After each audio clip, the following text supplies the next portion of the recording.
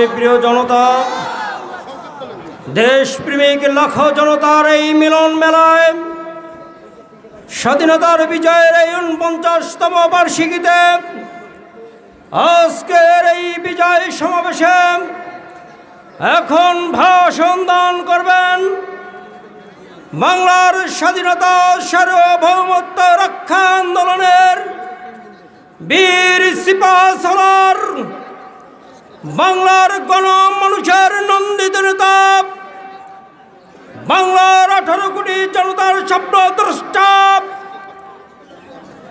এদেশের মানুষের বর্ষার স্থল, ইসলামী আন্দোলন বাংলাদেশের সংগ্রামী সিনিয়র নায়েবে আমির আলহাজ হযরত মাওলানা মুফতি সৈয়দ মোহাম্মদ ফাইজুল করিম, আলহাজ হযরত মাওলানা মুফতি সৈয়দ মোহাম্মদ ফাইজুল করিম শাইখে চরমনাই, শাইখে চরমনাই।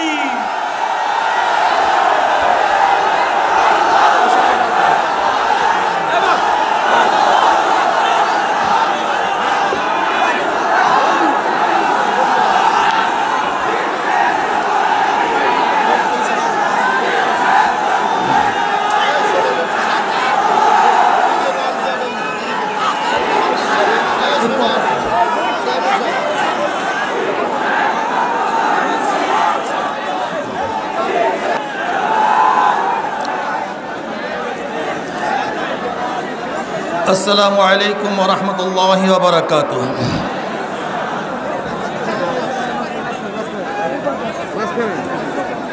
নাহমাদু ওয়া নুসাল্লি আলা রাসূলিহিল কারীম, আম্মা বা'দ, ফাআউযু বিল্লাহি মিনাশ শাইতানির রাজীম, বিসমিল্লাহির রহমানির রহিম। জাআল হক ওয়া যাহাকাল বাতিল, ইন্নাল বাতিলা কানা যাহুকা। সাদাকাল্লাহুল আলিয়্যুল আযীম। বিজয় দিবস উপলক্ষে আয়োজিত আজকে এ সম্মেলনের সম্মানিত সভাপতি, ওলামায়ে কেরাম, সর্বস্তরের এ দেশপ্রেমিক, এই মাটি প্রেমিক, এই বাংলাদেশ প্রেমিক ভাইয়ারা আমার, স্বাধীনতা হয়েছিল আজকের থেকে ৪৯ বছর আগে। আশা করা যায় আগামী বছর ৫০ বছর পূর্তি হবে। আজকে স্বাধীনতা উত্তর ভেবেছিলাম এবং আমাদের স্বাধীনতা স্থপতি শেখ সাহেব আশা করেছিলেন স্বাধীনতার পরে সবাইকে ঐক্যবদ্ধ করে দেশটাকে গড়বে, ভেদাভেদ থাকবে না, মারামারি হবে না, রক্তপাত হবে না, খুন খারাপি হবে না, যে মা বোনেরা ধর্ষিত হয়েছে দ্বিতীয়বার আর আমাদের মা বোনদের ইজ্জতহানি হবে না। কিন্তু আমরা কি দেখেছি, আজকে স্বাধীনতার এত বছর পরেও বাংলাদেশের মানুষ দুই ভাগে বিভক্ত হয়েছে। এক, ইসলাম, ইসলামপন্থী; দুই, নাস্তিক, নাস্তিকপন্থী। ইসলাম, ইসলামপন্থী; নাস্তিক, নাস্তিকপন্থী। ইসলামপন্থীরা মনে করে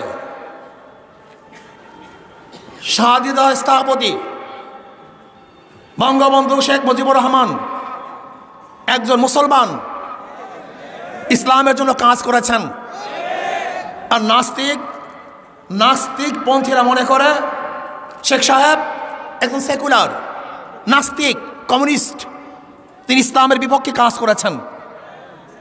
এখন কাদের দাবি সত্য, কাদের দাবি মিথ্যে, এটা প্রমাণ করতে হবে। প্রথম, শেখ সাহেবকে,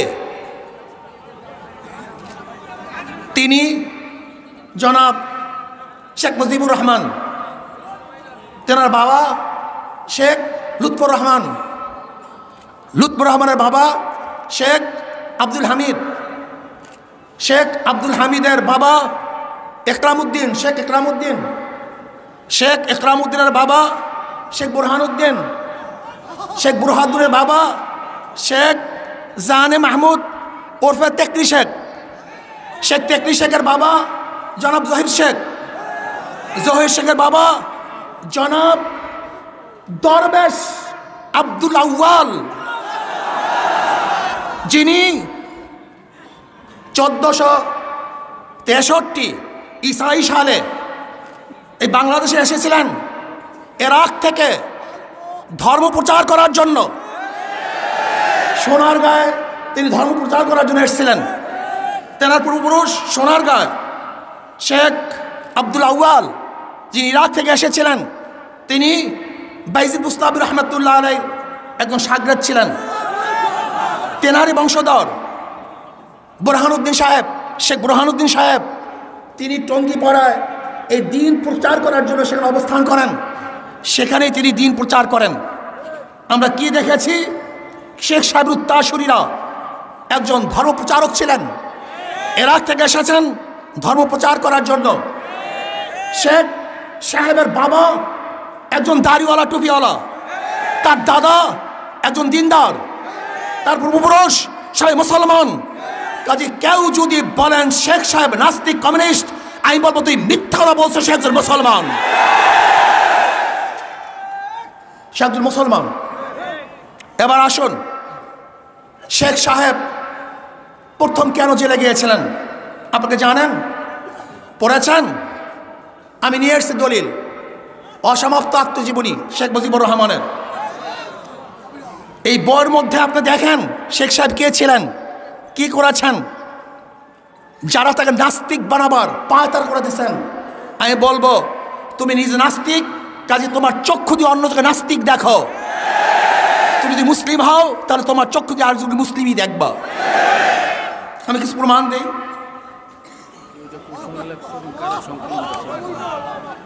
এটা হলো আমাদের বর্তমান মাননীয় প্রধানমন্ত্রী, তিনি সম্পাদনা করেছেন। এই বই উদ্বোধন করার জন্য দুই বোন খুবই কেঁদেছিলেন। জেলখানায় বসে তিনি এই বই লিখেছিলেন। শেখ সাহেব প্রথম জীবনে জেলে গিয়েছিলেন, তখন তিনি অষ্টমে পড়েন বা সপ্তমে পড়েন। তিনি এসছেন বাড়িতে, তাকে বলা হলো হিন্দু জমিদার একজন মুসলমানকে ধরে নিয়ে গেছে। তিনি তার দল বল নিয়ে সেই বাড়িতে গেলেন যে ছেড়ে দেন, কিন্তু না, ছাড়ে নাই। তখন তিনি জোর করে তাকে নিয়ে এসছে। এরপর সেই হিন্দু জমিদার তার বিরুদ্ধে কেস দিয়েছিল, সেই কেসেই তিনি প্রথম জেলে গিয়েছিলেন। এর বর মধ্যে আস। এরপরে শেখ সাহেবের এক একটা ইতিহাস আমি বলবো। আমরা তাকে শুধু মনে করি, আজকে আমি বক্তৃতা করব না, আমি কিছু বই পড়ে শোনাবো। আজকে বক্তৃতা করব না, জাহেল এবং মূর্খদেরকে শোনাবো যে সে কি ছিলেন।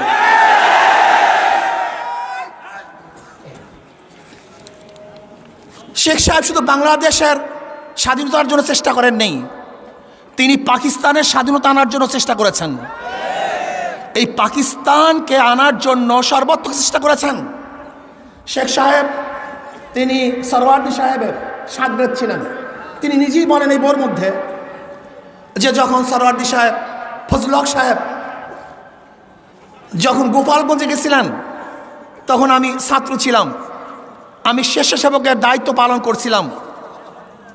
সবাই অংশগ্রহণ করতেছে, কিন্তু একদল লোক অংশগ্রহণ করে নাই, হিন্দু বন্ধুরা অংশগ্রহণ করছে না।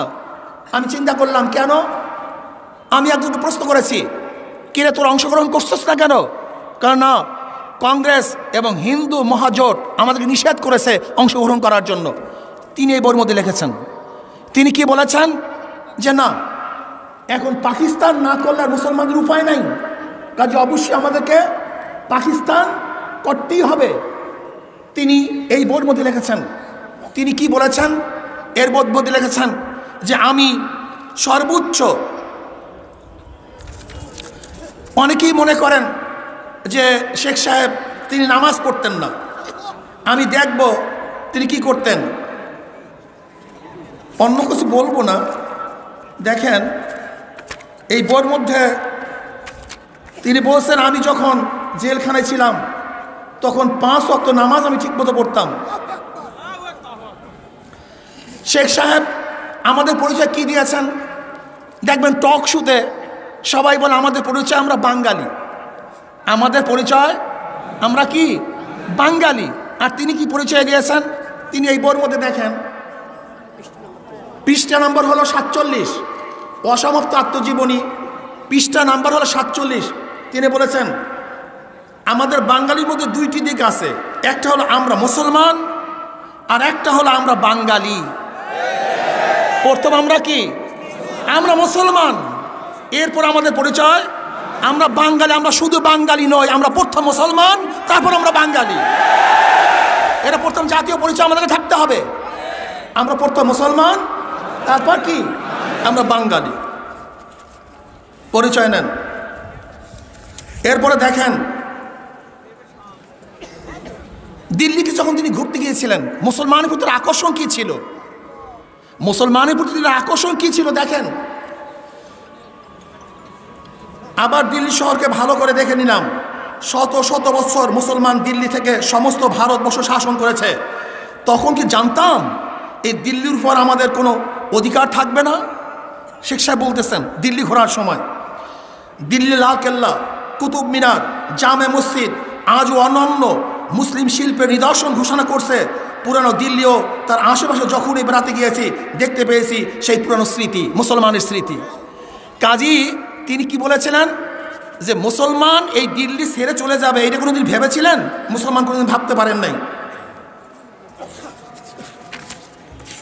শেখ সাহেব তিনি 5 ওয়াক্ত নামাজ পড়তেন। আমি সেইটা আপনাকে দেখাচ্ছি।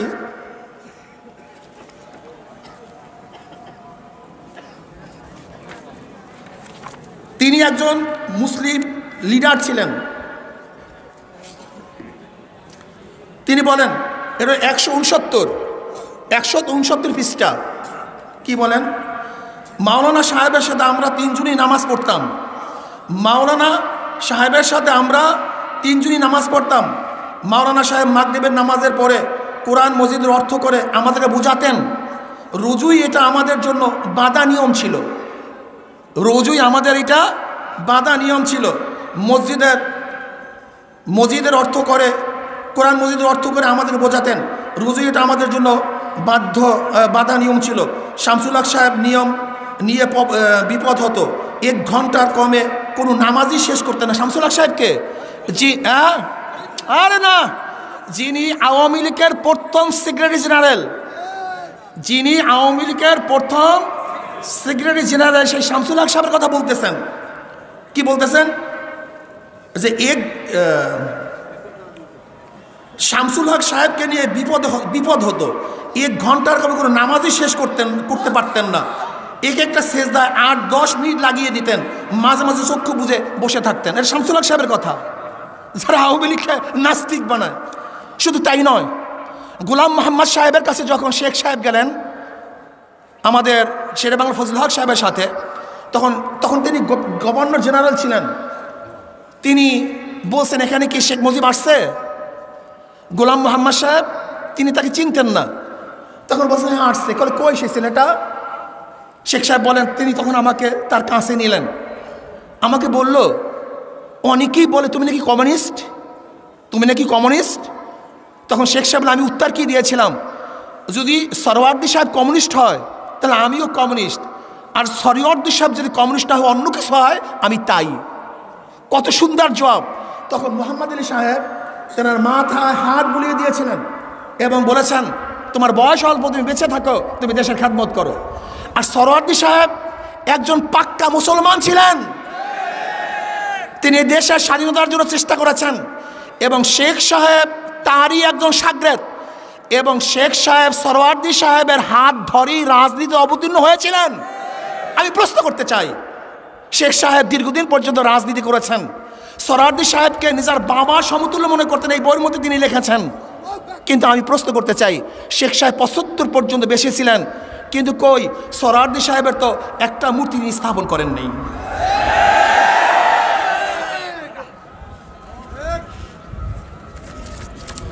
যাই হোক, এবার অনেকেই বলে আমরা কারোর সাথে মিলি না কেন। শেখ সাহেব তার জবাব দেয়, কারণ যাদের সাথে নীতির মিল নাই তাদের সাথে মিলে সাময়িকভাবে কোনো ফল পাওয়া যেতে পারে, তবে ভবিষ্যৎ ঐক্য থাকতে পারে না। তাতে দেশের উপকার হওয়ার চেয়ে ক্ষতি বেশি হয়ে থাকে। এজন্য যাদের সাথে নীতির মিল নাই এদের সাথে আমরা মিলতে পারি না। আমি কথাটা বুঝাতে পারছি? যে অনেক কথা তো সময় লাগবে।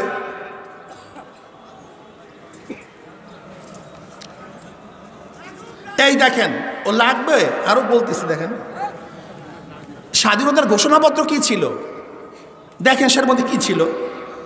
সর্বশক্তিমান আল্লাহর নামে আপনাদের কাছে আমার আবেদন ও আদেশ, দেশকে স্বাধীন করার জন্য শেষ রক্তবিন্দু থাকা পর্যন্ত যুদ্ধ চালিয়ে যান আল্লাহর উপরে। সর্বশক্তিমান আল্লাহর নামে আপনাদের কাছে আমার আবেদন, আল্লাহর নামে। তা সেদিন স্বাধীনতার যুদ্ধ ছিল আল্লাহর নামে শুরু, ইনশাআল্লাহ তারা শেষ করেছিলেন। এবার আসেন, এটা হলো পিনাকা ভট্টাচার্যের মুক্তিযোদ্ধার বয়ানে ইসলাম। যদি ওনার রেফারেন্স, ওনার না, বিভিন্ন রেফারেন্সের বইয়ে লিখেছেন, আমি সেই সম্পর্কে কিছু জানাতে চাই। আমরা এগুলি জানা উচিত। এবার শোনেন, বাংলাদেশের মুক্তিযুদ্ধ নেতৃত্ব দানকারী রাজনৈতিক দলের নাম নিঃসন্দেহে আওয়ামী লীগ। আলোচনা শুরুতে মুক্তিযুদ্ধের আগে পরে বাংলাদেশের আওয়ামী লীগের নীতি নির্ধারিত দলিল, বক্তব্য, কর্মসূচি, ইসলাম ও ইসলামের অনুষঙ্গ কিভাবে ছিল, প্রথমে আমরা তার একটু সন্ধান করব। এখানে 6টি আলাদা রেফারেন্স তুলে সেই সন্ধানে যাব। খুব ভালো মতো বুঝতে হবে। 1, 1969 সালে প্রস্তাবিত খসড়া সংবিধানে সংশোধনী বিলে সংবিধানে ইসলামী Republic of Pakistan, Islami Republic of Pakistan শিরোনাম সহ এক ইসলামী আদর্শ বহাল রাখার বিষয়ে আওয়ামী লীগ সম্মতি জানিয়েছিল। 2, পাকিস্তান আওয়ামী লীগ তাদের কাউন্সিল অধিবেশনের 6 জুন 1970 যে কর্মসূচি গ্রহণ করে সে বিষয়ে পরের দিন 7 জুন দৈনিক ইত্তেফাক পত্রিকায় একটি রিপোর্ট ছাপা হয়। রিপোর্টটা কি? যেখানে বলা হয় কোরআন ও সুন্নাহর নির্দেশের বিরুদ্ধে পাকিস্তানে যাতে কোনো আইন পাশ না হতে পারে তার জন্য আওয়ামী লীগ শাসনতান্ত্রিক বিধান রাখার কথাও দলীয় কর্মসূচি ঘোষণা করে। শাসনতন্ত্রের মধ্যে ধর্মীয় প্রতিষ্ঠান সমূহের পবিত্রতা রক্ষার গ্যারান্টি দেওয়া হইবে এবং সকল পর্যায়ে ধর্মীয় শিক্ষাদানের প্রয়োজনীয় ব্যবস্থা করা হইবে।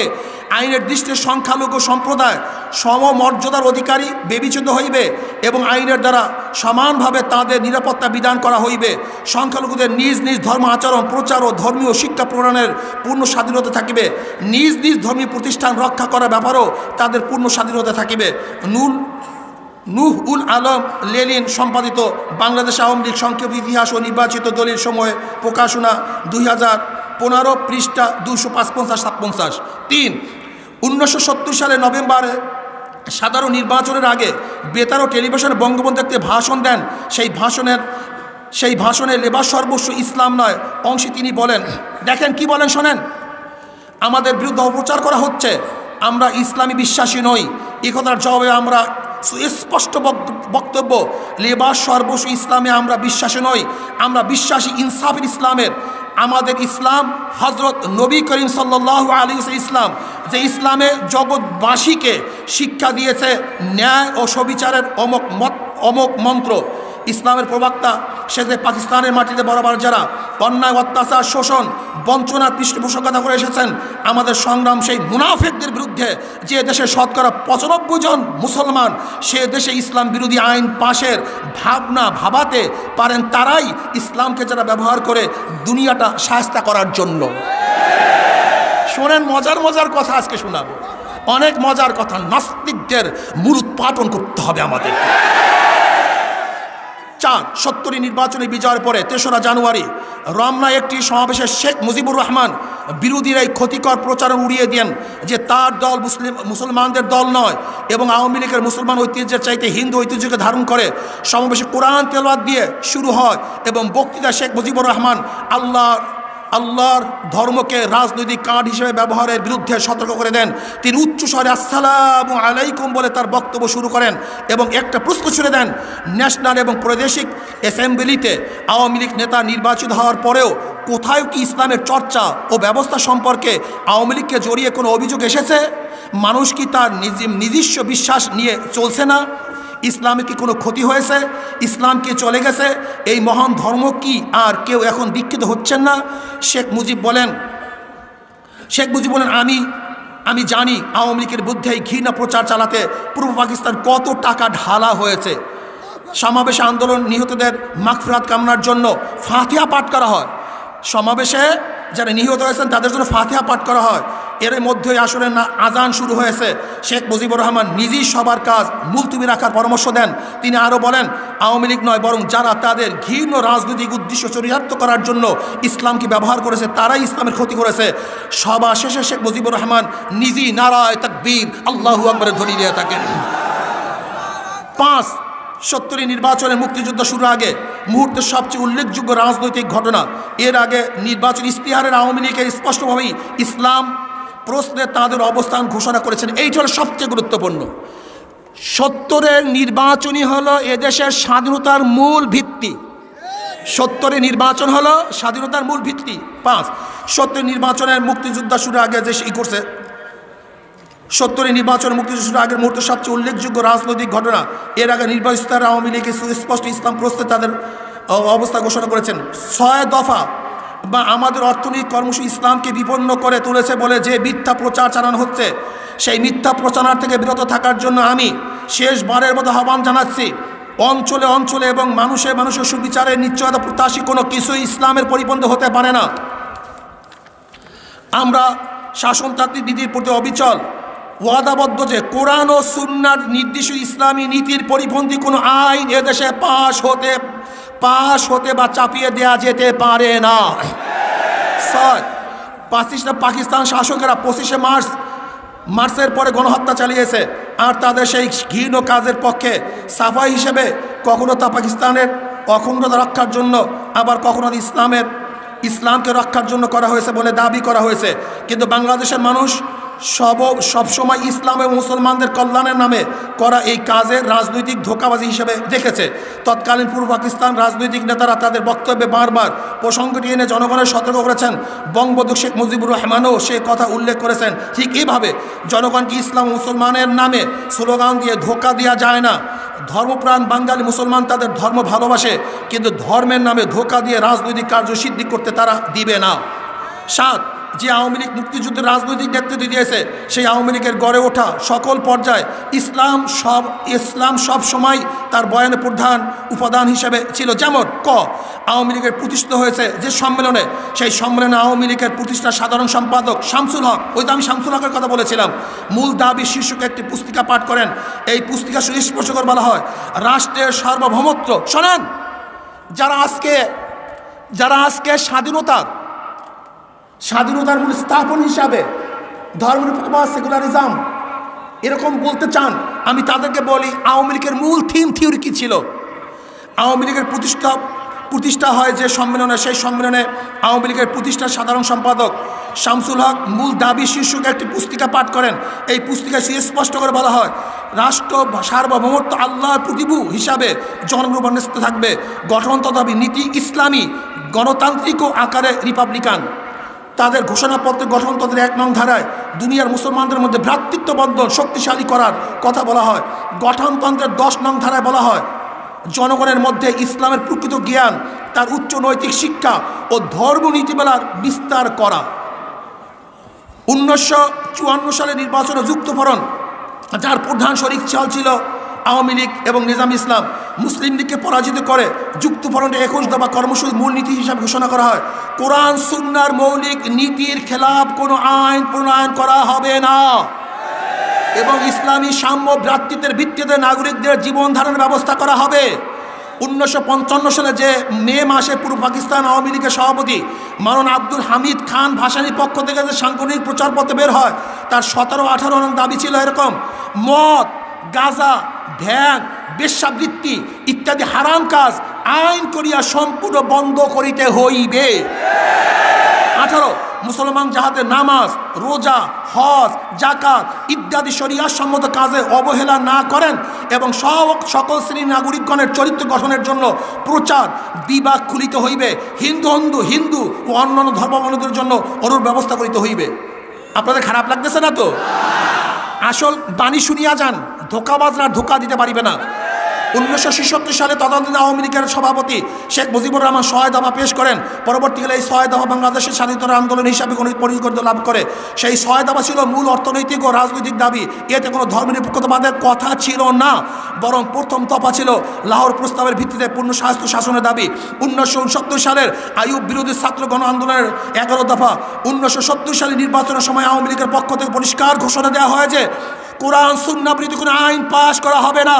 নির্বাচনে আওয়ামী লীগ নিরঙ্কুশ বিজয় লাভ করার পরে তাদের সংবিধান কমিটি, এটা হলো 72-এর সংবিধানের আগে বিজয় হওয়ার পরে যে সংবিধান কমিটি গঠন করা হয়েছিল ডাক্তার কামারের নেতৃত্বে, সেই সংবিধানের কর্তৃক প্রণীত খসড়া সংবিধানের প্রস্তাবনায় তদানীন্তন পাকিস্তানের মুসলমানদের ব্যক্তিগত ও সামাজিক জীবনকে কোরআন সুন্নাহর আলোকে গড়ে তোলার কথা স্পষ্ট ভাষায় বলা হয়েছিল।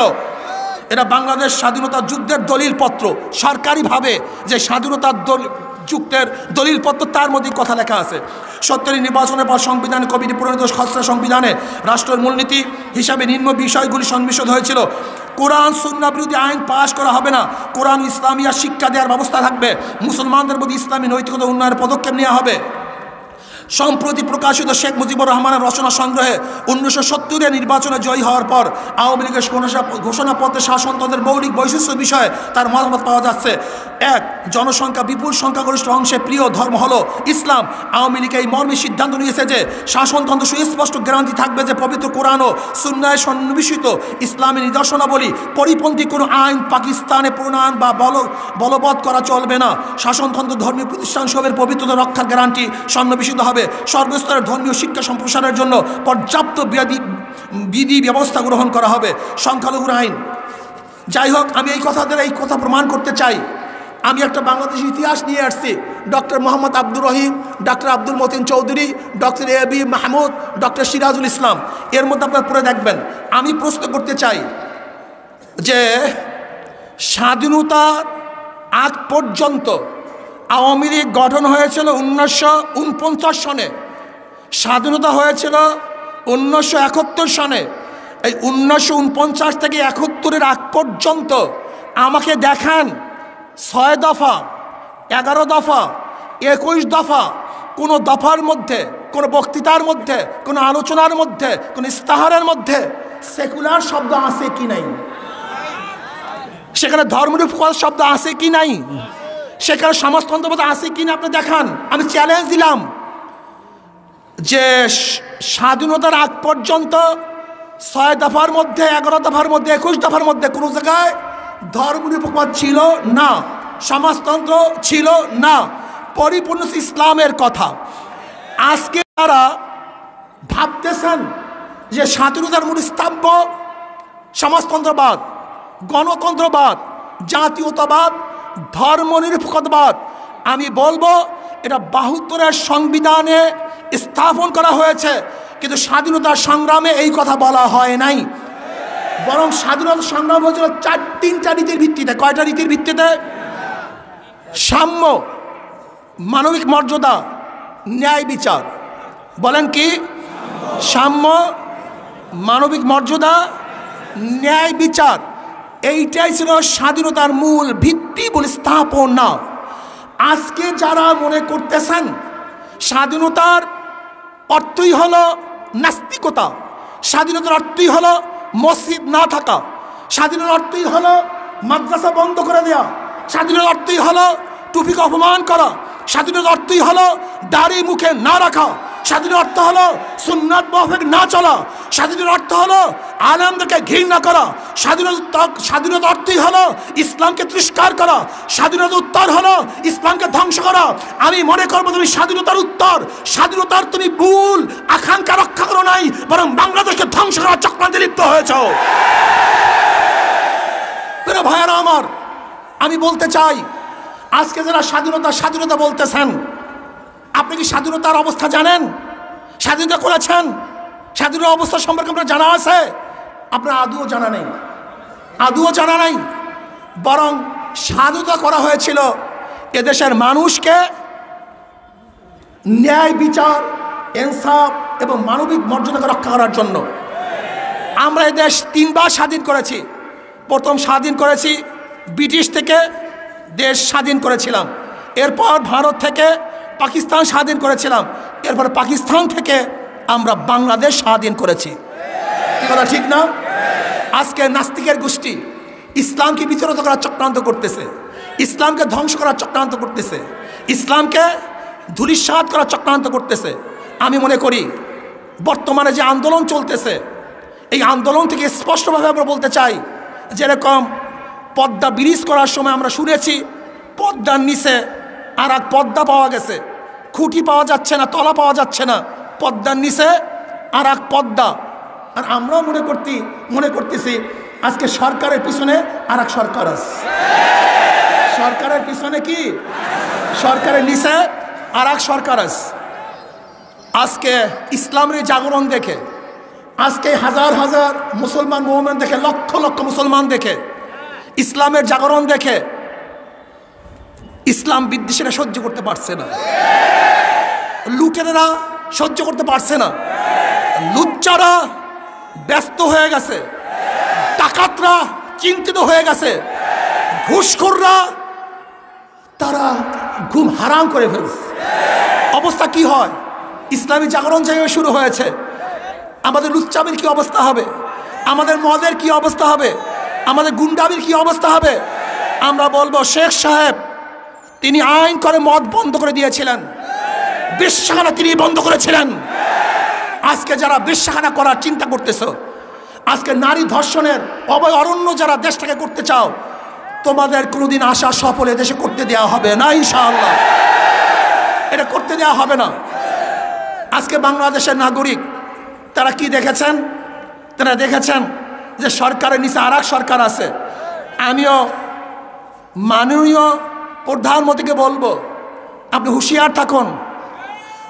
15ই আগস্টের ঘটনা এদেশে কোনো আলেমরা ঘটায় নাই, এদেশের দেশপ্রেমিকরা ঘটায় নাই।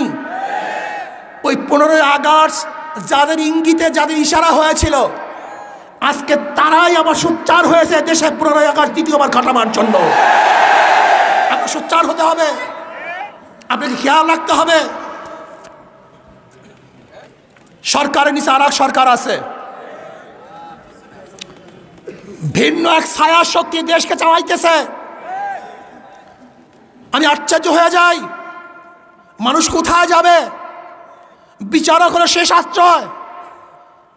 যেরকম ডাক্তার, সে যদি কোনো দিকে ঝুঁকে পড়ে তাহলে তার ডাক্তারি স্বভাব থাকে না। ডাক্তারের কাছে শত্রু যাবে, তার কাছে চিকিৎসা করবে, তার দুশ্মন যাবে, তাকে এসে চিকিৎসা করবে। এটা ডাক্তারের চরিত্র।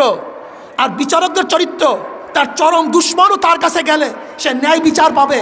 এটা বিচারকদের চরিত্র। কিন্তু আমরা কি দেখছি আজকে বিচারকদের মধ্যে? আমরা কি দেখছি? আমাদের মূল চরিত্র থেকে আমরা দূরে সরে না যাই। আমি অনুরোধ করব, আপনারা শেষ আশ্রয়স্থান। মানুষ আপনাদের কাছে বিচার চাওয়ার জন্য যায়।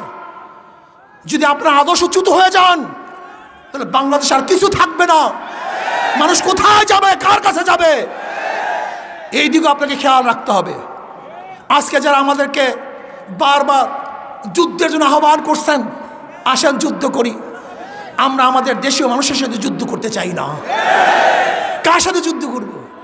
সবাই তো আমরা আপন, সবাই আমরা ভাই ভাই। আমরা একত্রে দেশটাকে গড়তে চাই। কই আজকে আপনি আহ্বান তো করলেন না? যারা ফেলানিকে কাঁটা তারের উপরে বাদুরের মতো ঝুলিয়ে রাখছে, আপনি তো সেই দিন আহ্বান করলেন না, আসে যুদ্ধ করি। যেই দিন আমাদের র্যাবের পোশাককে খুলে ফেলে অপমান করা হয়েছিল, ওই আপনি তো যুদ্ধের ডাক দিলেন না। যখন আপনার হত্যা হয়েছিল আপনি যুদ্ধের আহ্বান করেন নাই। সিনা হত্যা হয়েছে, যুদ্ধের আহ্বান করেন নাই। আপনি কার সাথে যুদ্ধ করতে চান? নাস্তিকের গোষ্ঠী স্পষ্ট ভাষায় বলে দিতে চাই, তুমি মুসলমান চেনো নাই, সাগর দেখছো, সাগরের গভীরতা দেখো নাই, পাহাড় দেখছো উঁচা দেখো নাই, বাঘ দেখছো হুঙ্কার দেখো নাই। আর একবার হুঙ্কার দেব, এ দেশ থেকে পালাতে বাধ্য হবা। নাস্তিকদের চাই নাই, লাল সবুজের পতাকায় দালালদের চাই নাই। টকশু করো, আলেমদের বিরুদ্ধে কটূক্তি করো। কথিত আছে ইমাম আজম আবু হানিফা রাহমাতুল্লাহ আলাইহি বসা, সাগরের নিয়ে বসা, বাচ্চারা খেলতেছিলেন, বাচ্চাদের একটা বল সেখানে এসে বুঝছে। এখন কোনো বাচ্চাই সেখানে যাবেন না, মুরব্বীরা বসা, কে যাবেন।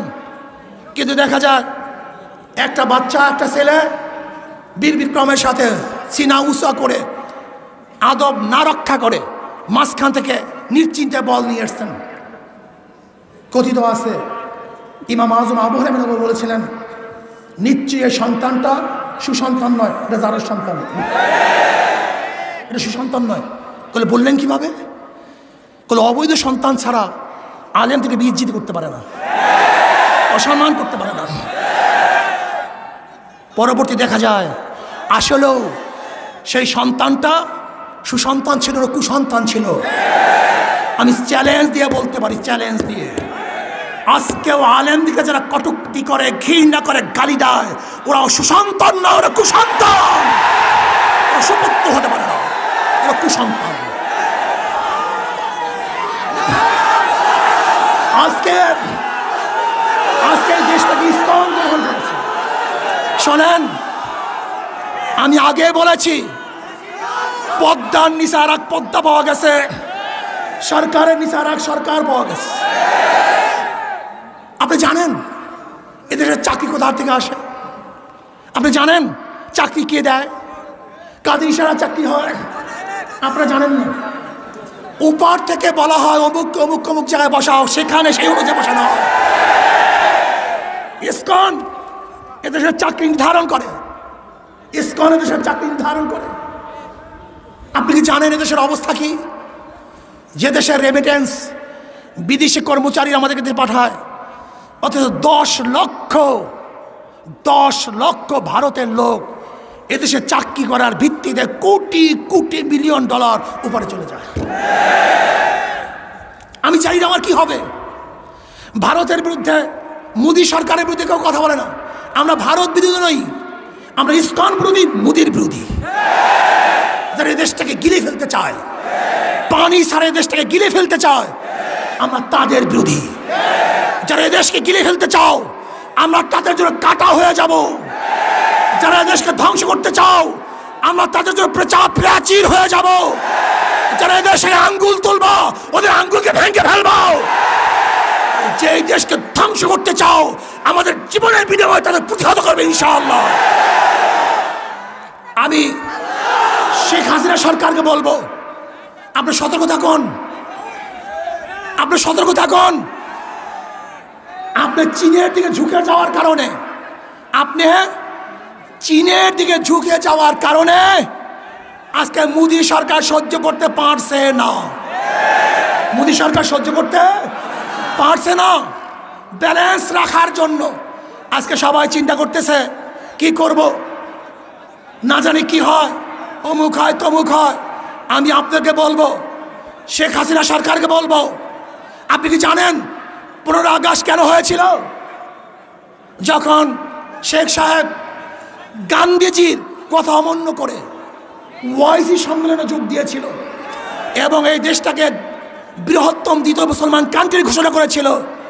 আজকে সেই দিনই ওপারের ফয়সালা হয়ে গেছিল যে শেখ সাহেবকে আর এই দুনিয়াতে রাখা যাবে না। আজকে যারা শেখ সাহেবকে মহব্বত করতেছেন, ভালোবাসতেছেন, আমি প্রশ্ন করতে চাই, তিনি যখন 15 আগস্টের পরে 36 ঘন্টা বসেছিলেন, এই নেতারা কোথায় ছিলেন? এত মহব্বত কোথায় ছিল? এত ভালোবাসা কোথায় ছিল?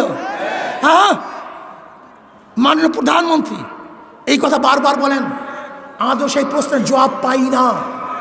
যে আমার বাবা পড়েছিল, অথচ এত বড় দল, এত সংগঠন, এত কর্মী, কিন্তু তাকে দেখার মতো কেউ ছিল না। শেখ সাহেব পড়েছিল, আর আপনারা তখন ক্ষমতার ভাগাভাগি নিয়ে ব্যস্ত ছিলেন। মুস্তাক সাহেবের মন্ত্রিসভায় কে কে ছিলেন এদেশের মানুষ জানে না? এদের মানুষ দেখে নাই? ট্যাঙ্কির উপরে কে নাচানাচি করেছিল ইতিহাস কেউ জানে না? শেখ সাহেবের চামড়া দিয়ে ঢুকঢুকি কে বানিয়েছিল এদেশের মানুষ জানে না? শেখ সাহেবের চামড়া দিয়া কারা জুতা বানাইতে চাইছিল এদেশের মানুষ জানে না? শেখ সাহেব মারা যাওয়ার পরে বাংলার ফেরাউন মারা গেছে, এই ঘোষণা কে দিয়েছিল? কোনো আলেম দেয় নাই, কোনো মৌলবী দেয় নাই, কোনো ইসলাম প্রেমিকরা দেয় নাই, তোদের মতো দালালরা দিয়েছে, তোদের মতো নাস্তিকরা দিয়েছে। শুধু তাই নয়, আমি আপনাদের প্রশ্ন করতে চাই, শেখ সাহেবের জানাজায় কে কে ছিলেন? তার জানাজায় কে উপস্থিত হয়েছিলেন? তার জানাজা কে দিয়েছিল? এই দালালের গোষ্ঠী একটাও ছিল না। ওরা গদি দিয়ে ব্যস্ত ছিল, ওরা গদির ভাগাভাগিতে লিপ্ত ছিল, কিন্তু আলেম ওলামাই তার জন্য দোয়া করেছিলেন। যাই হোক, আমার কথাবার্তা পরিষ্কার। সাংবাদিক বন্ধুরা, আজকে সিগন্যাল মিগনাল দেই নেই, আজকে সিগন্যালও দেই নাই, মিগনালও দেই নাই, প্রচারও করি নাই, প্রসারও করি নাই। শুনছে, কেস হইছে, এর জন্য আবেগে মানুষগুলি এখানে চলে আসছে। কিন্তু যেদিন অ্যারেস্ট করবে সেদিনকে দেখবেন মানুষের খেলা কি হবে। যেদিন অ্যারেস্ট হবে, এই বাংলায় রাখবো না, ওইজন কইবেন কিছু বলে এ চলবে আমি বাংলা জুড়ে। শোনেন,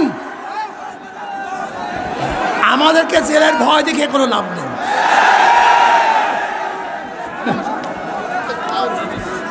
লাভ নাই, কোনো লাভ নেই। কেন, এনার আত্মজীবন পড়েছে, সাহস হয়েছে, জীবনে বহু জেল কেটেছেন, কথা ঠিক না? এই জেলের টেলের কেসের মেসের ভয় দেখাই আমাদেরকে লাভ নাই। যদি অন্যায় করে থাকি জেলে দেন, আপত্তি নাই, কিন্তু অন্যায় যদি না করি আর জেলে ঢুকবার দুঃসাহস দেখান, তাহলে বাংলাদেশের জনগণ ইনশাআল্লাহ সেই দুঃসাহস আঘাত করবে, আঘাত করবে ইনশাআল্লাহ। কি কথা ঠিক না? যেই দিন এই হাতের মধ্যে হ্যান্ডকাপ লাগবে অন্যায় ভাবে, সেই দিন বাংলাদেশের জনগণ এই হ্যান্ডকাপকে ছিঁড়ে ফেলবে ইনশাআল্লাহ। আপনারা ভাবছেন যে জেলের তকমা আর কেসের তকমা দেখালি ইঁদুরের মতো পালিয়ে যাব। ইঁদুরের বাচ্চা পালাতে পারে, শিয়ালের বাচ্চা পালাতে পারে, ভোজরের বাচ্চা পালাতে পারে, বিড়ালের বাচ্চা পালাতে পারে, কিন্তু শেখ ফজলুল করিমের, সৈয়দ ফজলুল করিমের বাচ্চা পালাতে পারে না। সৈয়দ শাহের সন্তান পালাতে পারে না, ওমরের সন্তান পালাতে পারে না, আবু বকরের সন্তান পালাতে পারে না। মারা যাব, শির উঁচা করে মরব,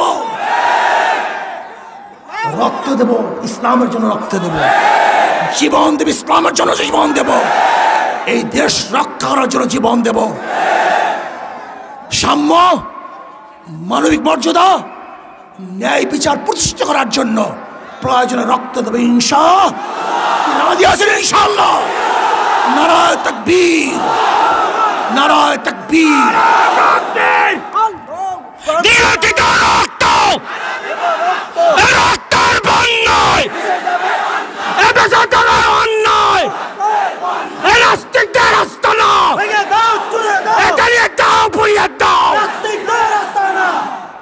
যারা আমাদেরকে জেলে দেখার ভয় দেখান, শেখ সাহেবের শেষ কথা বলি, শেষ করব।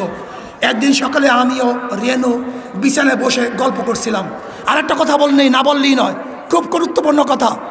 আজকে যারা শেখ সাহেবকে মহব্বত করেন, আমি তাদেরকে প্রশ্ন করতে চাই, বলেন তো শেখ সাহেব বিবাহ করেছিলেন কত বছর বয়সে? 12-13 তার বয়স ছিল। কত বছর বলেন? বলেন তো। রেনু ফজিলাতুন্নেসা তার স্ত্রী, তার তখন বয়স ছিল কত? 3 বছর। কত বছর? জোরে বলেন। তখন তার বয়স ছিল 3 বছর। তার বাবা মারা যায় 5 বছরে, তার মা মারা যায় 5 বছরে, 7 বছরে তার দাদা মারা যায়, 7 বছরে তিনি তার ঘরে চলে আসেন। আমি প্রশ্ন করতে চাই, যারা শেখ সাহেবকে মহাব্বত করেন আজকের থেকে সংসদে বিল উত্থাপন করেন, যেমন শেখ সাহেব বিবাহ করেছিল 12-13 বছর বয়সে, আমাদেরকে আইন পাশ করতে হবে আমরা 12-13 বছর বয়স বিবাহ করব। আজকে আইন পাশ করতে হবে রেনু বিবি যেরকম বিবাহ হয়েছিল 3 বছর বয়সে, আমাদের মেয়েদেরকেও 3 বছর বয়সে বিবাহ দিতে হবে। এইটা তো শেখ সাহেবের মহাব্বত নাকি? মহাব্বত করো না। একদিন সকালে আমিও রেনু বিছানায় বসে গল্প করছিলাম, হাসুও কামার নিচে খেলছিল। হাসু মাঝে মাঝে খেলা ফেলে আমার কাছে আসে আর আব্বা আব্বা বলে ডাকে। কামাল চেয়ে থাকে। এক সময় কামাল হাসুরিকে বলছে, হাসু আপা তোমার আব্বাকে কি আমি একটু আব্বা বলি? আমি আর রেনু দুজনেই শুনলাম। আস্তে আস্তে বিছানা থেকে উঠে যে ওকে কোলে নিয়ে বললাম, আমিও তোমার আব্বা। কামাল আমার কাছে আসতে চাইতো না, আজ গলা ধরে পরেই রইল।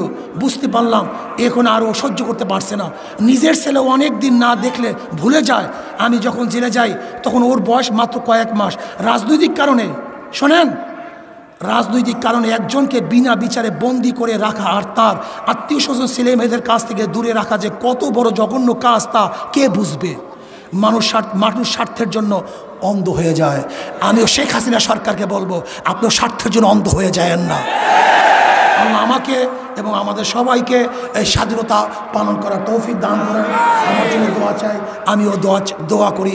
সজাগ থাকতে হবে, চৌকান্না থাকতে হবে। ডাক পড়ার সাথে সাথে গোটা বাংলাদেশকে অবরুদ্ধ করতে হবে।